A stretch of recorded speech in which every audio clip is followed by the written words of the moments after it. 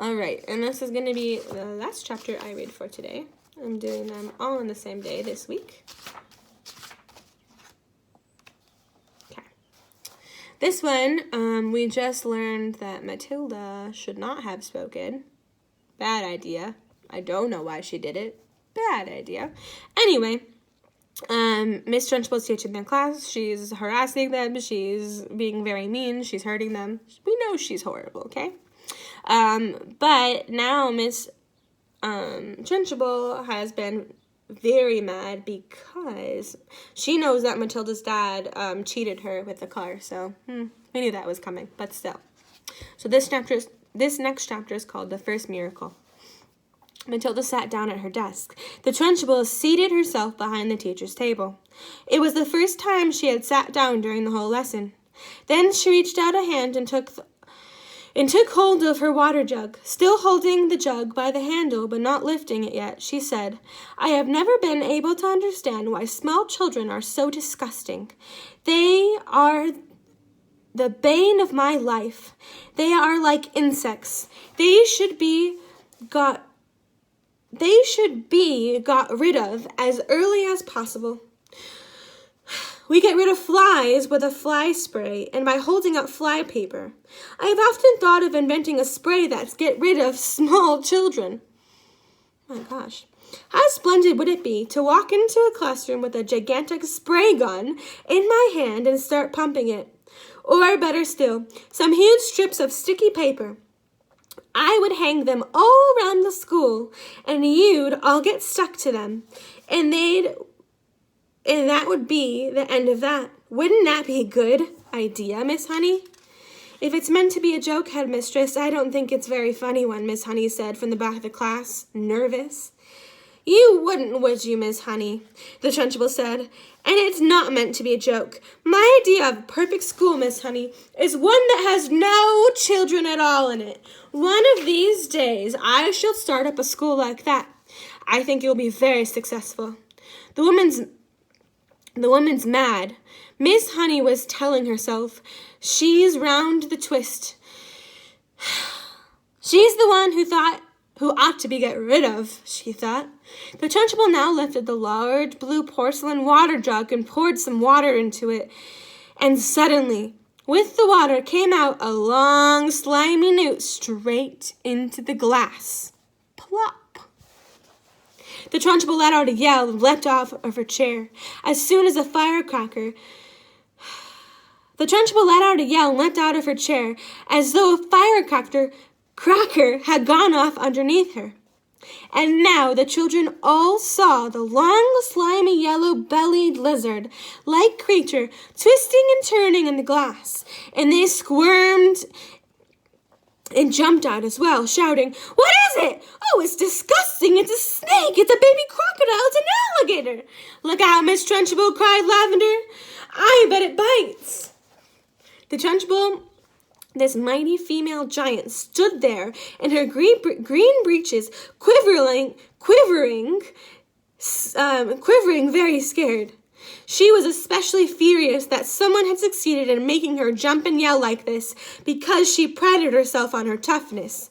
She stared at the creature twisting and wriggling in the glass. Curiously enough, she had never seen a newt before. Natural history was not her strong point. She hadn't the faintest idea what this thing was. It certainly looked extremely unpleasant. Slowly, she sat down in her chair. She looked at this moment more terrifyingly than ever.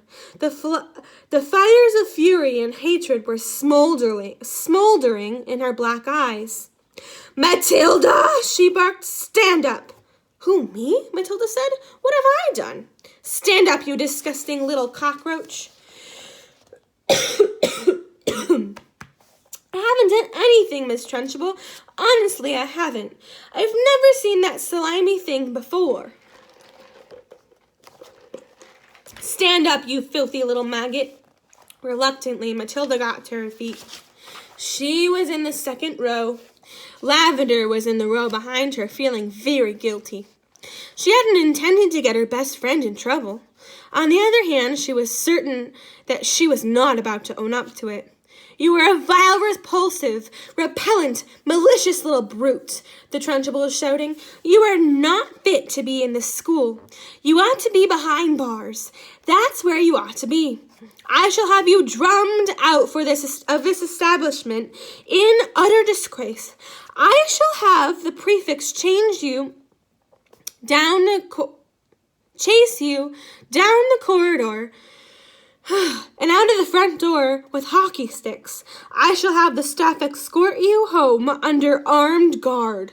Then I shall make you absolutely sure you are sent to a reformatory for the delinquent children for the minimum of 40 years and never come out again. The Trunchbull was in such a rage that her face had taken a boil color, and little flecks of froth were gathering at the corners of her mouth. She was not the only one who was losing her cool. Matilda was beginning to see red. She didn't in the least mind being accused of having done something that she had actually done. She could see the justice of that. It was, however, totally a new experience for her to be accused of a crime that she had definitely not committed. She had absolutely nothing to do with this.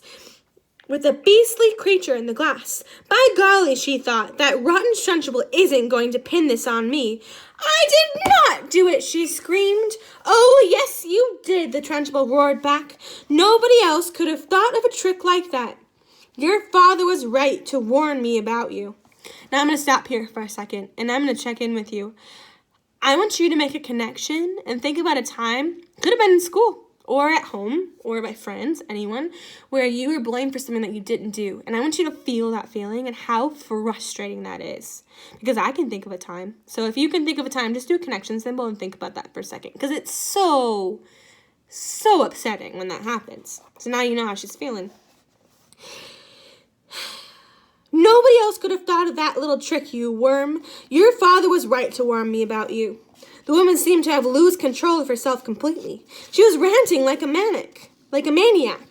You are finished in this school, young lady, she shouted. You are finished everywhere. I shall personally see to it that you are put in a place where not even the crows can land their droppings on you.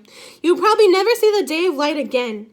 I am telling you, I did not do it, Matilda screamed. I have never seen a creature like that in my life. You have put a crocodile in my drinking water, the Trunchbull yelled back. There is no worse crime in the world against a headmistress. Now sit down and don't say a word. Go on. Sit down at once. But I'm telling you, Matilda shouted, refusing to sit down.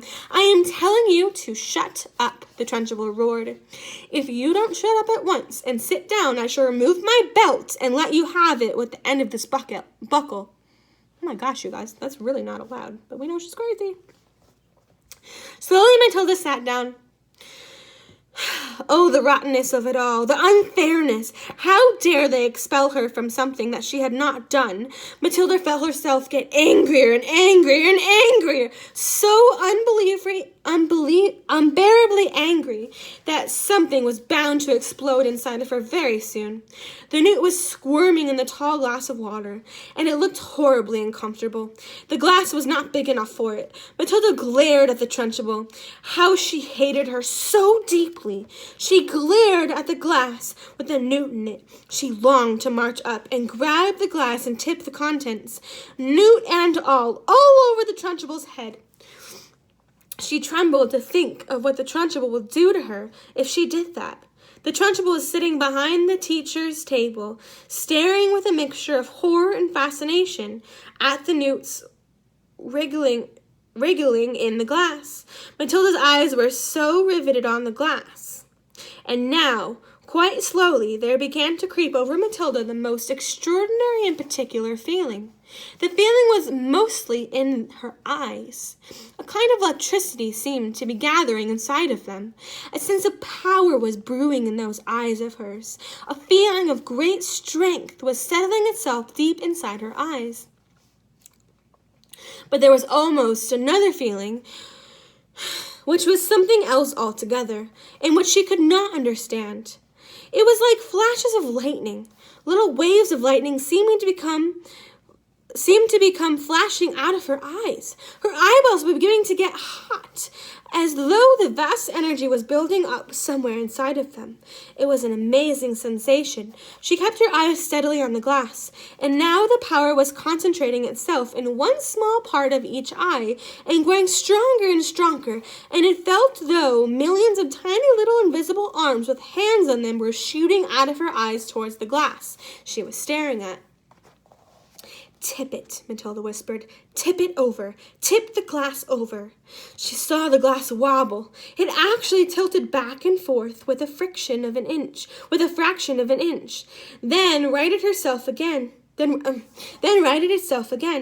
She kept pushing at it with all these millions of invisible little arms and hands that were reaching out from her eyes, feeling the power that was flashing straight from the little two black dots in the very centers of her eyeballs. "Tip it," she whispered. "Tip it over the glass." Once more the glass wobbled. She pushed harder still, wheeling her eyes to shoot out more power. And then, very, very slowly, so slowly that she could hardly see it happening, the glass began to lean backwards, farther and farther and farther backwards, until it was balancing on just an edge of the base. Then it teetered for a few seconds before finally topping over and falling with a sharp tinkle onto the desktop. The water in it and the squirming newt splashed all over the Trunchable's enormous bosom. The head mistress let out a yell that must have rattled everywhere. That must have rattled every window pane in the building, and for a second time in the last 5 minutes she shouted in her chair like a rocket. The newt desperately at the cotton smock. What? The newt clutched desperately. The newt clutched desperately at the cotton smock where it covered the great chest, and there it clung with its little claw-like feet. The Trunchbull looked down and saw it and bellowed even louder with a swipe of her hand and sent the creature flying across the classroom. It landed on the floor beside Lavender's desk, and very quickly she ducked down and picked it up and put it in her pencil case for another time. A newt, she decided, was a very useful thing to have around. The Trunchbull, her face more like a boiled ham than ever, was standing before the class quivering with fury. Her massive bosom was heaving in and out, and the splash of water down the front of it made a dark, wet patch that had probably soaked right through to her skin. "Who did this?" she roared. "Come on, own up to it. Step forward. You won't escape this time. Who is responsible for this dirty job? Who pushed over the glass?" Nobody answered. The whole time she remained silent as a tomb. "Matilda," she roared, "it was you. I know it." Matilda in the second row sat very still and said nothing. A strange feeling of serenity and confidence was sweeping over her, and all of a sudden she found that she was frightened by no one in the world.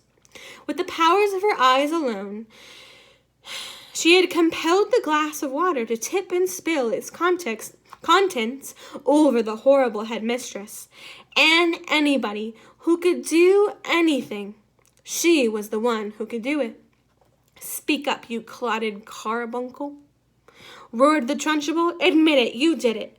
Matilda looked right into the back of her flashing eyes of this infuriated female giant and said with total calmness, "I have not moved away from the desk, Miss Trunchbull, since the lesson began.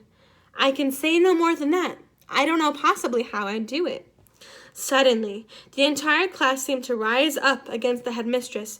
"She didn't move! I didn't see her!" cried out a kid. "Matilda didn't move! Nobody moved! You must have knocked it over!"